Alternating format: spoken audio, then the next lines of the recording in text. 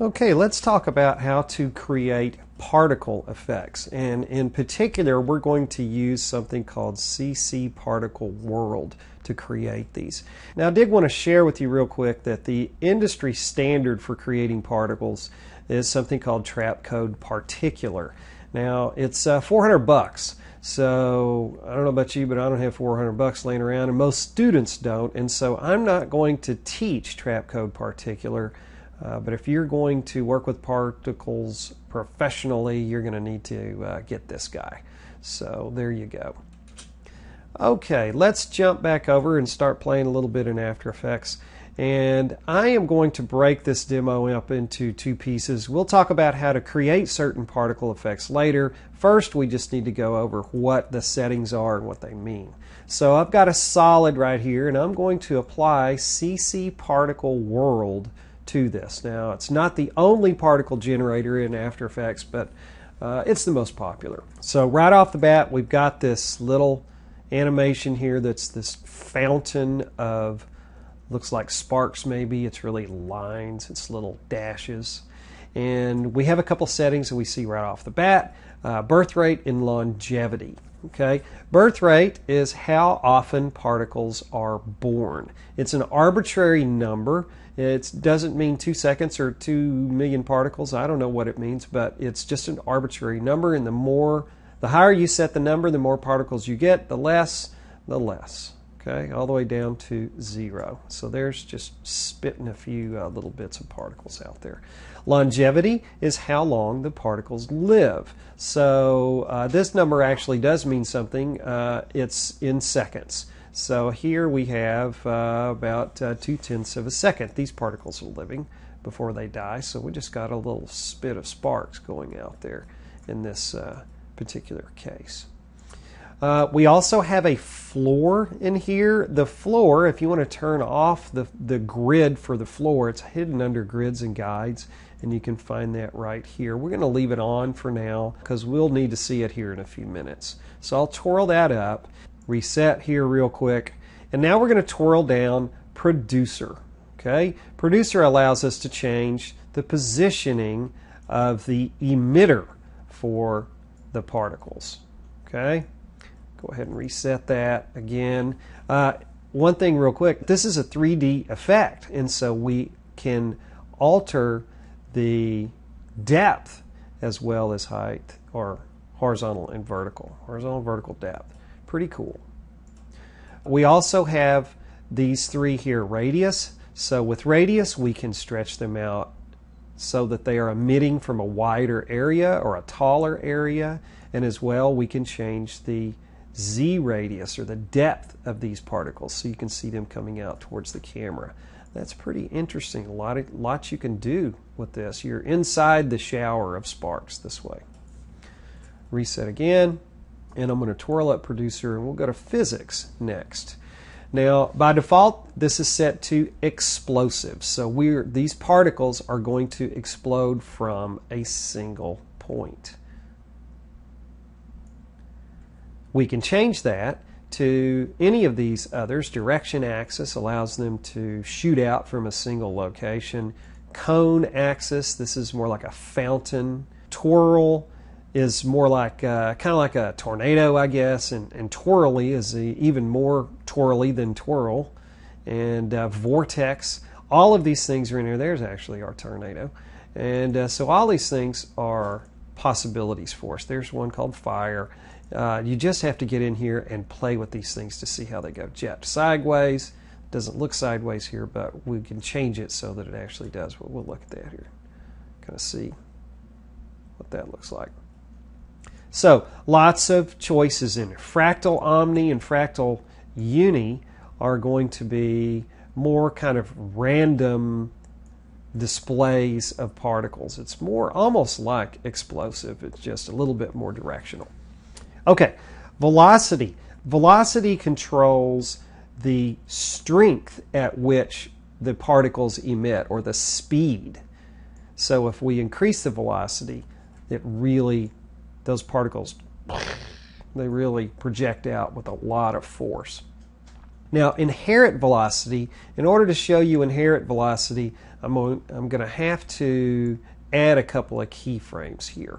So I'm going to go to the about 1 second in the timeline, and I'm going to go back up here to producer, and I'm going to change the X position. I'm going to start it over here and move to, I don't know, 3 seconds, and we'll move the X position over like so. Now, before we do anything, we'll see kind of what's going on here. These particles, as they move across, this is very much like what would happen if you held a garden hose out in front of you and walked with the garden hose. Those particles that have just been emitted are not going to be affected by how you walk with the garden hose. They're going to fall where they fall. Now, with inherent velocity, watch what happens here. When we move the hose across, or when we move the emitter across,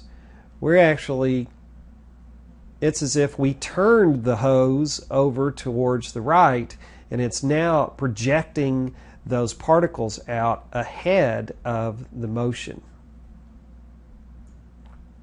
Gravity is how much, well, gravity is pulling down on these particles. Let me go ahead and reset my producer keyframes here, and we can see that if we set the gravity to 0, the particles are just going to splash out as if they were exploding in space. Okay, and the more gravity we add, the more the particles are going to pull downward. Now we can do negative gravity as well. So if you need something to project upwards, like fire or smoke, you may want to use negative gravity. I'm going to go ahead and reset here. Now we'll talk about resistance. Now we're going to go ahead and change the animation type to direction axis here. And what I hope you'll see is as I add resistance to this, resistance is kind of like as if these particles were blowing into the wind. Okay? So when we increase the resistance, the particles are going to be pushed against. Now in this case they're being pushed down because gravity is working on them. So let's see what happens when we decrease the gravity. The particles just kind of come out and sit there. Okay, it's sort of a strange, negative force of gravity, anti-gravity that's working on them or something. I don't know how you describe it. Extra is randomness to particles. Let me go ahead and take the resistance back down to 0 here, and notice how extra works. Extra gives you some additional randomness to these particles. They'll splay into other areas of the screen. An extra angle allows you to change kind of the orientation of these particles. That's kind of interesting. Can do something with that. Let me go ahead and reset this, and now we're going to twirl down floor. Floor is very interesting. In order to show you floor, I'm going to change the type of particle. So I'm going to twirl down particle very quickly, and we're going to go to one of these other types. We're just going to choose, I don't know, bubble in this case. So here's our bubble. Now, as these particles emit, they're just going to come out and fall away. Okay? Now, if we change one of these floor actions, we'll find different things that happen with these particles. Now we have the visibility of the particles. They will be visible above the floor only, or below the floor only, or after the floor if you change the location of the floor. We also have, under render animation, I don't use these much, but we can have the particles reflected on the floor or projected off of the floor. And in addition, we have something called floor action. This one's really pretty interesting. We're going to go here to, let's see, I'm going to go ahead and put that to all. And we're going to go to bounce first. And watch what happens here. As the particles interact with the floor, they're going to bounce up. Boing, boing. Kind of interesting. And we can change the spread and the speed and so forth, the bounciness of that. We also have Glue, when the particles hit the floor, they're going to stick and they're going to stay there until they die. Okay, and finally, ice, which will, when the particles hit the floor, they're going to skate outward in the same direction as they hit the floor. Pretty interesting. All right, next, let's see, direction axis. Direction axis applies whenever we have other things other than explosives. So if we go to, well, direction axis, for instance, we can change the X, Y, or Z axis of these particles and where they project from and so forth. So it's kind of an interesting thing to play with. But we'll twirl that one up. And gravity vector, I will tell you, gravity vector I don't use much because I'm normally projecting particles, I don't know why, but usually either up or down and not to one side or the other in terms of gravity. But you can change the direction that gravity pulls on particles. All right, let me go on back here and I'll press reset one more time. And let me twirl up physics and producer. And we'll look only at particle now. We can change the particle type. By default, again, it starts with line. Star, there's our fairy dust kind of thing from last week. Shaded sphere. I don't use shaded sphere much, but it sort of makes it look like a little bit of a ball. Faded sphere I use a lot. That's actually very useful for creating smoke. And we have lots of these others, including polygons and cubes and so forth. So you may find good use for some of these things. Lens, convex, and concave, these are actually very useful ones as well. And these are great for creating dust particles. And by the way, you'll notice that the color changed as soon as I did this. With these lens particles, what we're doing is using the underlying color of the layer. I intentionally set this layer up to be blue so that we could see through to these. But that's not always the case here. Only with these that are kind of below this line do we get the underlying color. And the last three that are listed here, textured square disc and faded disc, these actually allow us to import our own particle. So, for instance, in my leaves and particles animation, that's what I did there. I used a leaf as the particle. Now, choosing one of the others, for instance, if we go back to, I don't know, faded sphere right here, you'll see we go back to our colors that we've been looking at for the last few minutes. And in this case, they're born yellow and they die red. You can change these to be whatever color that you want to. And we can see here we have a color map. This is going to color them birth to death. That's the two colors that you saw. Origin to death. Origin is the underlying color of the layer. So there is blue turning to red, right? Or birth to origin, which starts yellow and turns to blue. And then we have origin constant, which forces it to use the color of the underlying layer. We also can create a custom color map where we can set these colors to be different at differing parts of the life of the particle. So they can be born a certain color and then at 25% they're a different color and 75% and so forth. Now, I skipped over a couple here, so let me go back to them. That is birth size, death size. Now, this is how big the particles are when they're born. So we can have them born at 0, and you can see what the result is there. And we can have them die really, really big. Okay, so that's kind of almost a smoky effect that we've got going there, smoke sort of combined with fire.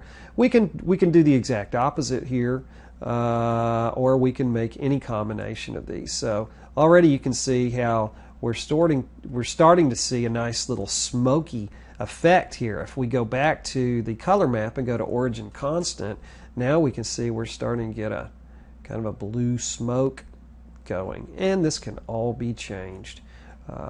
We do have this opacity down here, which depending on what you want to do, this might give us a little sort of a foggy look.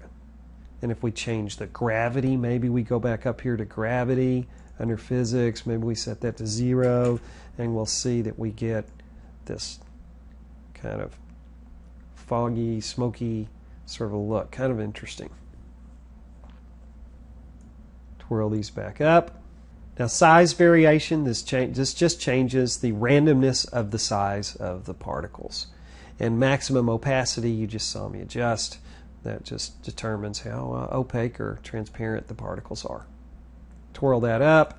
And down in extras, we have what we can use as the effect camera. Now this is the camera that is inside of the effect itself. We can add our own camera to this animation, and we can have it be the camera rather than this. So we can fly around in 3D space. That's what we've done here in this sparks animation. You can see that the sparks are operating in 3 dimensions. And that's using this camera right here. So we can do that if we want to. And we have different things associated with that, which direction the light's coming from and so forth. And we do have this thing called hold particle release, and that's a keyframeable effect. So let's say we started here with a keyframe where we're gonna maybe I'll go back a couple of keyframes here, and we'll hold the particles all the way. Now these particles are being born, and all of a sudden they just explode, right? Kablam. So it could be interesting if you were trying to create a Big Bang animation or something like that. And by the way, you can combine multiple layers of particles so that you don't just have one little thing of smoke, but instead you've got smoke and sparks and different shards of material that are flying out.